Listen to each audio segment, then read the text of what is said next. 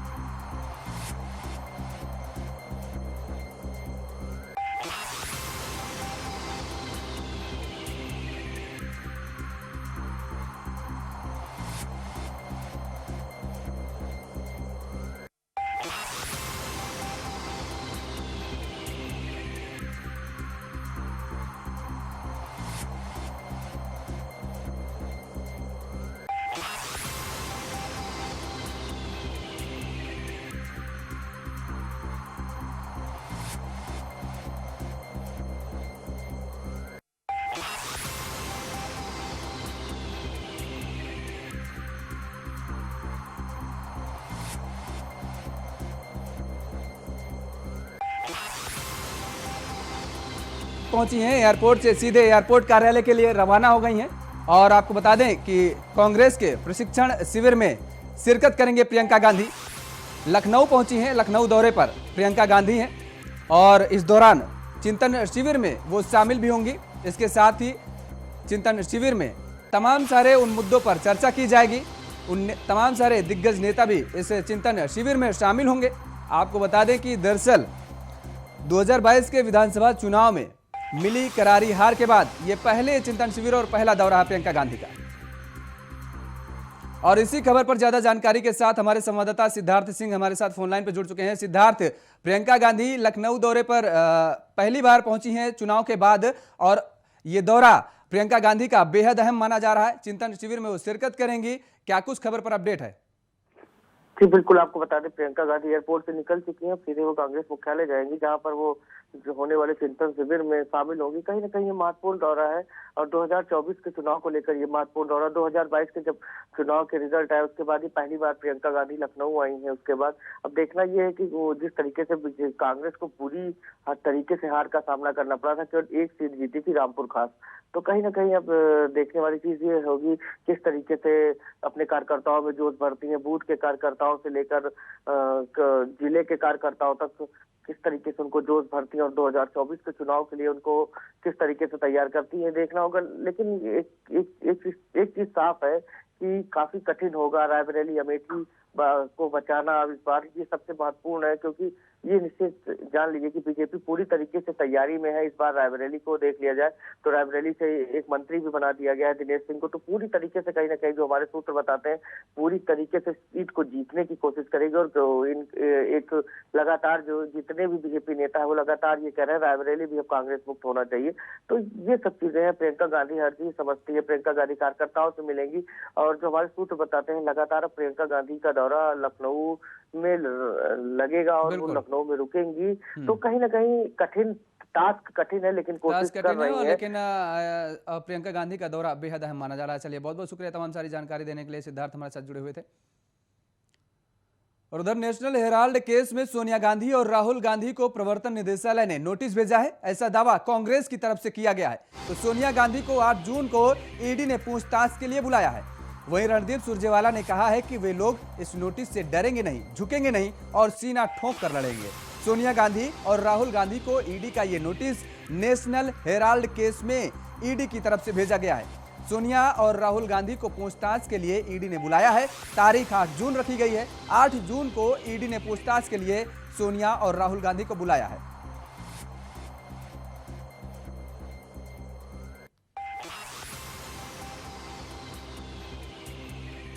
तो सोनिया गांधी और राहुल गांधी को ईडी की तरफ से नोटिस जारी की गई है और 8 जून को उन्हें पूछताछ के लिए बुलाया है। सोनिया गांधी को और राहुल गांधी को नेशनल हेराल्ड मामले पर यह नोटिस जारी की गई है ईडी की तरफ से। हालांकि कांग्रेस के नेताओं की तरफ से लगातार ये कहा जा रहा है ये साजिशन नोटिस जारी की गई है। नेशनल हेराल्ड मामले में अब प्रधानमंत्री श्री नरेंद्र मोदी ने कांग्रेस अध्यक्षा श्रीमती सोनिया गांधी जी व हमारे नेता श्री राहुल गांधी जी को ईडी से नोटिस जारी करवाया है। साफ है कि तानाशाह डर गया है। साफ है कि शासन के सब मोर्चों पर अपनी नाकामियों को छुपाने में विफल तानाशाह छटपटा रहा है। देश को गुमराह करने के लिए भारतीय राष्ट्रीय कांग्रेस के नेतृत्व के खिलाफ एक घिनौना और कायरतापूर्ण षड्यंत्र रचा जा रहा है। तो वहीं बिहार में जातिगत जनगणना कराने की दिशा में मुख्यमंत्री नीतीश कुमार ने सर्वदलीय बैठक बुलाई है, जो बुधवार शाम 4 बजे प्रस्तावित है। बीजेपी ने जातिगत जनगणना के मसले पर नीतीश कुमार से पहले ही समर्थन देने का वादा कर रखा है और जिसके चलते वो सर्वदलीय बैठक में शामिल भी होगी।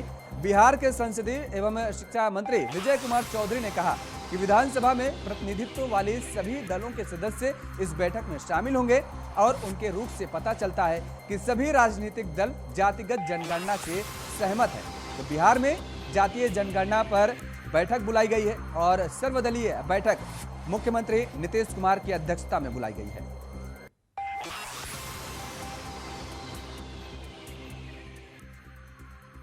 और इसी खबर पर ज्यादा जानकारी के साथ हमारे संवाददाता रजनीश शर्मा हमारे साथ फोन लाइन पर जुड़ चुके हैं। रजनीश, सर्वदलीय बैठक बुलाई गई है, समय 4 बजे निर्धारित किया गया है, क्या कुछ खबर पर अपडेट है? जी देखिए, बिल्कुल ये जो सर्वदलीय बैठक बुलाई गई है इसको लेकर तमाम दल अपनी अपनी तैयारियां कर रहे हैं। अभी थोड़ी देर पहले आरजेडी ने अपने तमाम नेताओं को बुलाया है और उनके साथ अभी उनकी विधान परिषद की सीट को लेकर भी चर्चा चल रही है। उसके बाद ये सर्वदलीय बैठक में शामिल होंगे। बीजेपी की तरफ से भी जो पहले आनाकानी हो रही थी, लेकिन बीजेपी के भी प्रतिनिधि मंडल आएंगे इस बैठक में। जेडीयू भी आ रही है, जो लेफ्ट की भी प्रतिनिधि मंडल आ रहा है और कांग्रेस के भी आ रहे हैं। तो तमाम दलों की जो प्रतिनिधि मंडल है वो इस सर्वदलीय बैठक में शामिल होंगे और अपना अपना मुद्दा रखेंगे। क्योंकि पहले बताते चलो कि इस मुद्दे को लेकर मुख्यमंत्री नीतीश कुमार के नेतृत्व में ये एक टीम सर्वदलीय बैठक के बाद एक टीम गई थी, प्रधानमंत्री से मिली थी और इन्हें आश्वासन दिया गया था कि बिहार में जाति जनगणना पर एक बार विचार किया जाएगा और इस पे क्या कुछ इसका परिदृश्य होता है ये तय किया जाएगा। लेकिन लंबा समय बीत गया और उसके बाद ये ऐसा कुछ नहीं हुआ। तो इसको लेकर तमाम जो विपक्षी दल है वो मुख्यमंत्री नीतीश कुमार पर प्रेशर क्रिएट करने लगे और लगातार मुख्यमंत्री से वो इस बात के लिए मांग करने लगे कि सर्वदलीय बैठक बुलाई जाए और इस मुद्दे को एक बार फिर से उठाया जाए। और उसी के तहत आज ये सर्वदलीय बैठक बुलाई गई है। तमाम तैयारियां पूरी कर ली गई है। 4 बजे का वक्त मुकर्रर है। मुख्यमंत्री नीतीश कुमार की अध्यक्षता में ये बैठक हो रही है। बिल्कुल, चलिए बहुत बहुत शुक्रिया रजनी शर्मा हमारे साथ जुड़ी हुई थी, जिन्होंने बताया कि 4 बजे ये समय निर्धारित किया गया है जिस समय सर्वदलीय बैठक बुलाई गई है। केंद्र की मोदी सरकार के 8 साल पूरे होने पर सीएम योगी प्रेस कॉन्फ्रेंस करेंगे। लखनऊ से इस वक्त की ये बड़ी खबर। Deputy CM Brajesh Pathak, deputy CM Keshav Prasad Maurya, BJP के प्रदेश अध्यक्ष स्वतंत्र देव सिंह समेत कई मंत्री भी इस प्रेस कॉन्फ्रेंस में मौजूद रहेंगे। बीजेपी प्रदेश कार्यालय पर यह प्रेस कॉन्फ्रेंस आयोजित होगी जिसमें सीएम योगी आदित्यनाथ संबोधित करेंगे। केंद्र सरकार की उपलब्धियों पर यह प्रेस कॉन्फ्रेंस का आयोजन किया जाएगा। शाम को 4 बजे प्रेस कॉन्फ्रेंस करेंगे मुख्यमंत्री योगी आदित्यनाथ और प्रदेश के कार्यालय पर यह आयोजन किया जाएगा। भारतीय जनता पार्टी के प्रदेश कार्यालय पर CM Yogi Adityanath press conference करेंगे।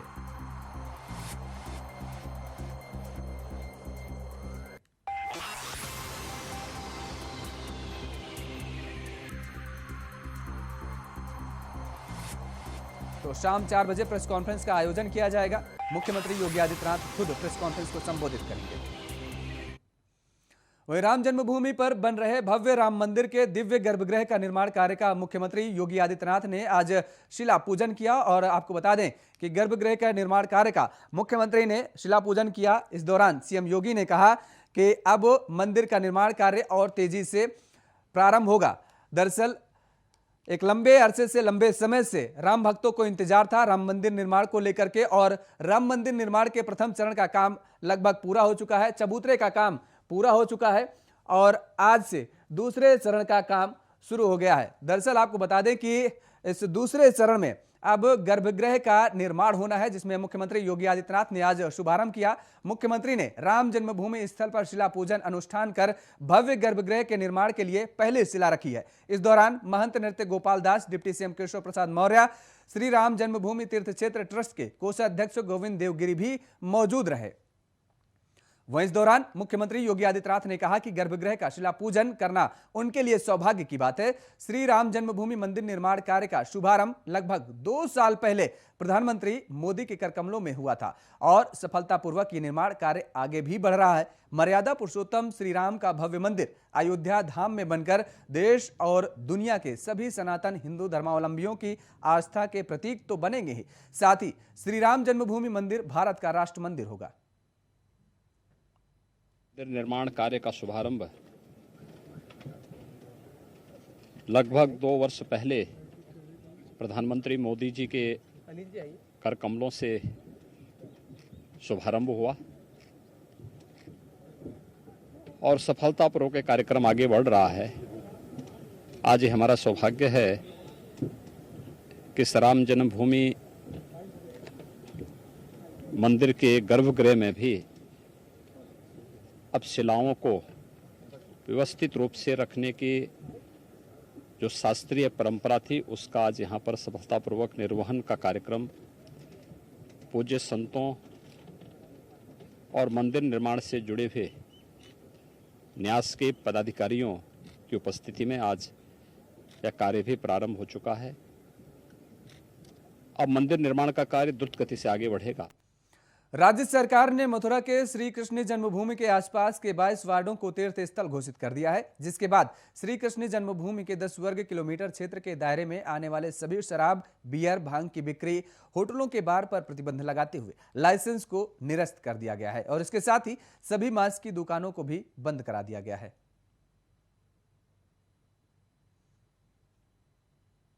धारा 37(4) के अंतर्गत मद्य निषेध क्षेत्र का विस्तारित करते हुए पहले जो हमने बताया है उन 22 वार्डों को उसमें सम्मिलित किया गया है।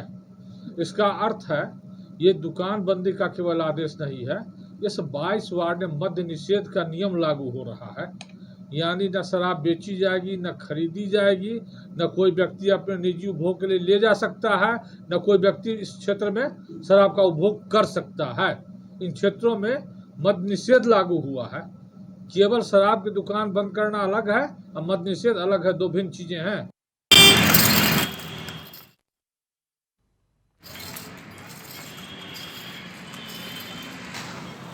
शराब, बियर, भांग की बिक्री पर रोक लगाई गई है। कृष्ण जन्मभूमि के आसपास के 22 वार्ड तीर्थ स्थल घोषित कर दिए गए हैं। 10 वर्ग किलोमीटर का दायरा निश्चित किया गया है और इस दायरे के अंदर जो भी शराब, बियर या भांग की जो दुकानें हैं उन पर प्रतिबंध लगा दिया गया है। रुक करेंगे रांची का। रांची से बड़ी खबर आ रही है, जहां सेल कंपनी और खनन पट्टा लीज मामले में सुनवाई हुई है। आज हाईकोर्ट में मेंटेनेंस एबिलिटी पर यह सुनवाई हुई है और सभी पक्षों को सुनने के बाद फैसला सुरक्षित रखा गया है। 3 जून को मेंटेन एबिलिटी पर सुनाया जाएगा ये बड़ा फैसला। तो सेल कंपनी और खनन पट्टा लीज मामले पर ये सुनवाई पूरी हुई है और सुनवाई के दौरान आपको बता दें कि फैसला सुरक्षित रखा गया है। तो आज सभी पक्षों को सुनने के बाद फैसला सुरक्षित रखा गया है।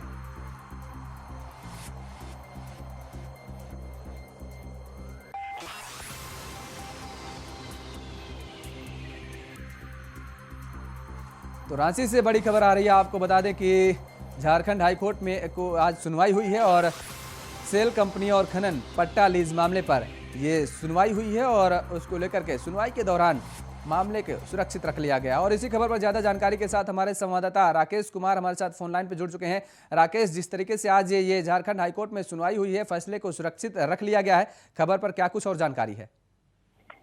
देखिए, जिस तरीके से लगातार इस बात की चर्चा चल रही थी कि आखिर आज क्या फैसला आएगा, और निश्चित तौर पे कहा जा सकता है कि सुनवाई तो पूरी हो गई है, लेकिन 2 दिन का वक्त दिया गया है सुनवाई फैसला सुनाने का, यानी कि 3 तारीख को इस पर फैसला आएगा।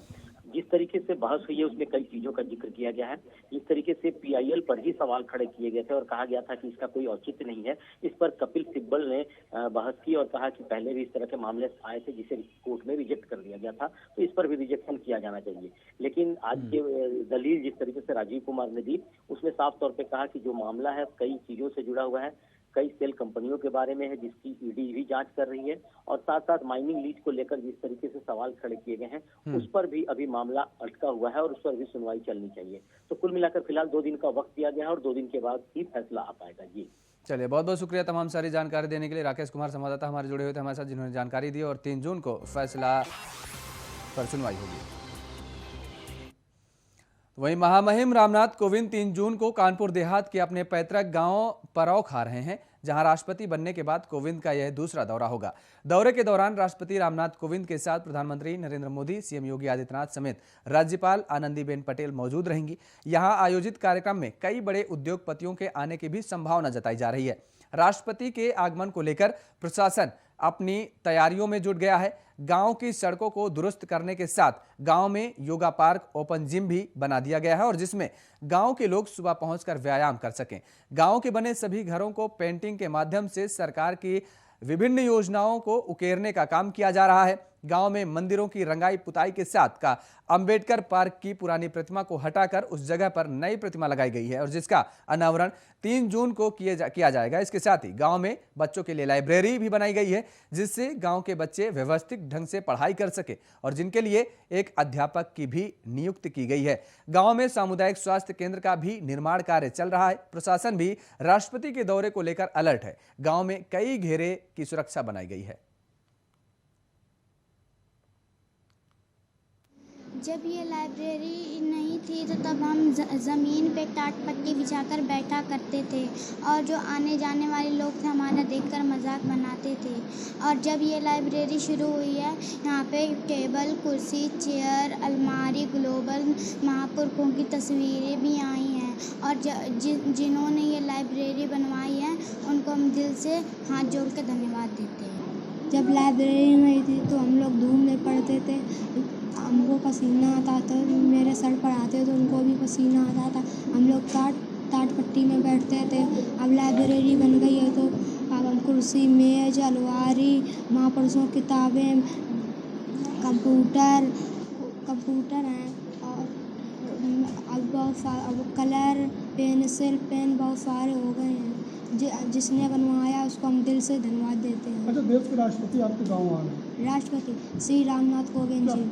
कैसा लग रहा है? बहुत अच्छा लग रहा है। मेरे को इतना खुशी है कि मैं तो यहाँ का रहने वाला नहीं हूँ, मैं तो उधमपुर से आया हूँ, केवल इनके नाम पर कि इसकी नीतियाँ अच्छी हैं और सारे सब कुछ अच्छा है, इसलिए मैं यहाँ आया और उनसे मिलने के लिए आया। कैसे मिलूँगा वो तो परमात्मा जाने, लेकिन ऐसे सचेबल आदमी, धर्मात्मा आदमी मेरे लाइफ में 70 साल में, मैं किसी पार्टी की अवहेलना नहीं करती हूँ, लेकिन ये पार्टी के पास ना तो वंशवाद है, ना जातवाद है, मतलब केवल एक विकासवाद है, समाजवाद है, विकासवाद है, और सबका साथ है। विकास, सबका साथ, सबका विकास के लिए ये जीता है। और राजद सुप्रीमो लालू प्रसाद यादव ने औपचारिक रूप से पार्टी के सभी नीतिगत फैसले लेने का अधिकार अब तेजस्वी यादव को दे दिए हैं। बता दें कि लालू यादव ने छोटे बेटे तेजस्वी यादव को बड़ी जिम्मेदारी सौंपी है। नेता प्रतिपक्ष को भविष्य के तमाम नीतिगत फैसलों के लिए अधिकृत कर दिया गया है। दरअसल मंगलवार को राबड़ी आवास में आरजेडी विधानमंडल दल की बैठक हुई, जिसमें सर्वसम्मति से यह निर्णय लिया गया है। तो वहीं बैठक समाप्त होने के बाद राजद के मुख्य प्रवक्ता भाई वीरेंद्र ने कहा कि राजद सुप्रीमो लालू यादव की अध्यक्षता में मीटिंग हुई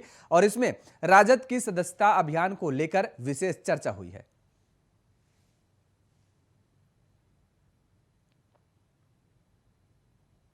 बेरोजगारी, इन सब एजेंडों पर बातचीत हुई है और हम लोगों ने सारे विधायक, विधानमंडल के लोगों ने अधिकृत किया है तेजस्वी प्रसाद यादव जी जो हमारे नेता हैं कि समय समय पर कैसे आंदोलन हो आप इसका नेतृत्व कीजिए।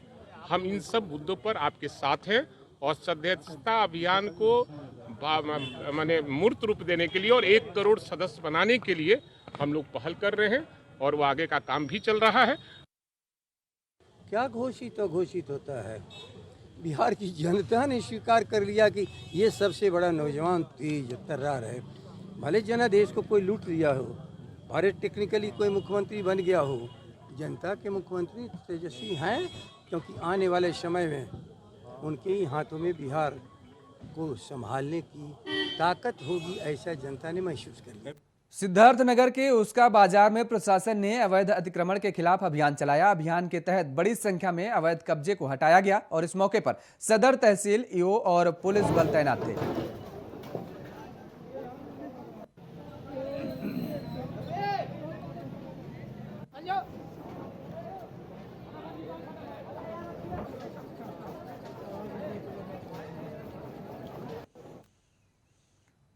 उधर सहारनपुर की मंडी पुलिस ने हनी ट्रैप गिरोह का भंडाफोड़ करते हुए 3 आरोपियों को गिरफ्तार किया है, जबकि गिरोह के 3 फरार सदस्यों की तलाश जारी है।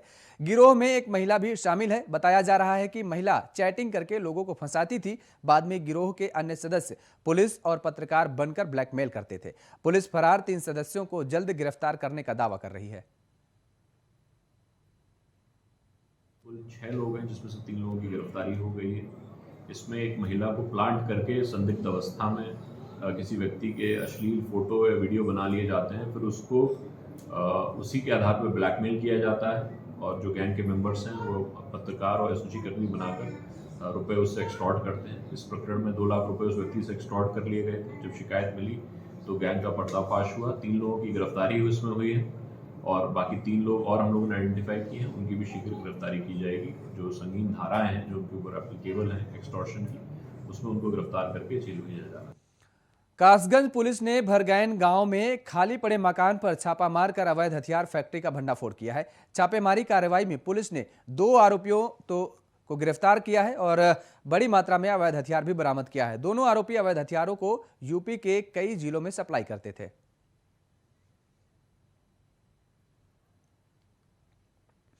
तो अवैध हथियार की सप्लाई करते थे आरोपी। छापेमारी के दौरान 2 आरोपियों को पुलिस ने गिरफ्तार किया है। कासगंज पुलिस को यह बड़ी सफलता मिली है। भारी मात्रा में अवैध हथियार भी बरामद किए हैं। क्या कुछ कार्रवाई कहां सर्विस थी? थाना क्षेत्र पटियाली में भरगैन क्षेत्र में एक अवैध तमंचों की फैक्ट्री चलने की सूचना एसओजी टीम को मुखबिर द्वारा प्राप्त हुई थी। सूचना पर विश्वास करते हुए एसओजी टीम और थाना पुलिस की संयुक्त टीमों का गठन करके वहां पर दबिश के लिए भेजा गया था। उस जगह से 2 व्यक्ति, एक का नाम मुशीर अहमद पुत्र अली मोहम्मद और दूसरा आनंद पुत्र पन्नालाल, इन दोनों को गिरफ्तार किया है। इन्हीं का वो मकान था जिसमें ये कार्य जो है।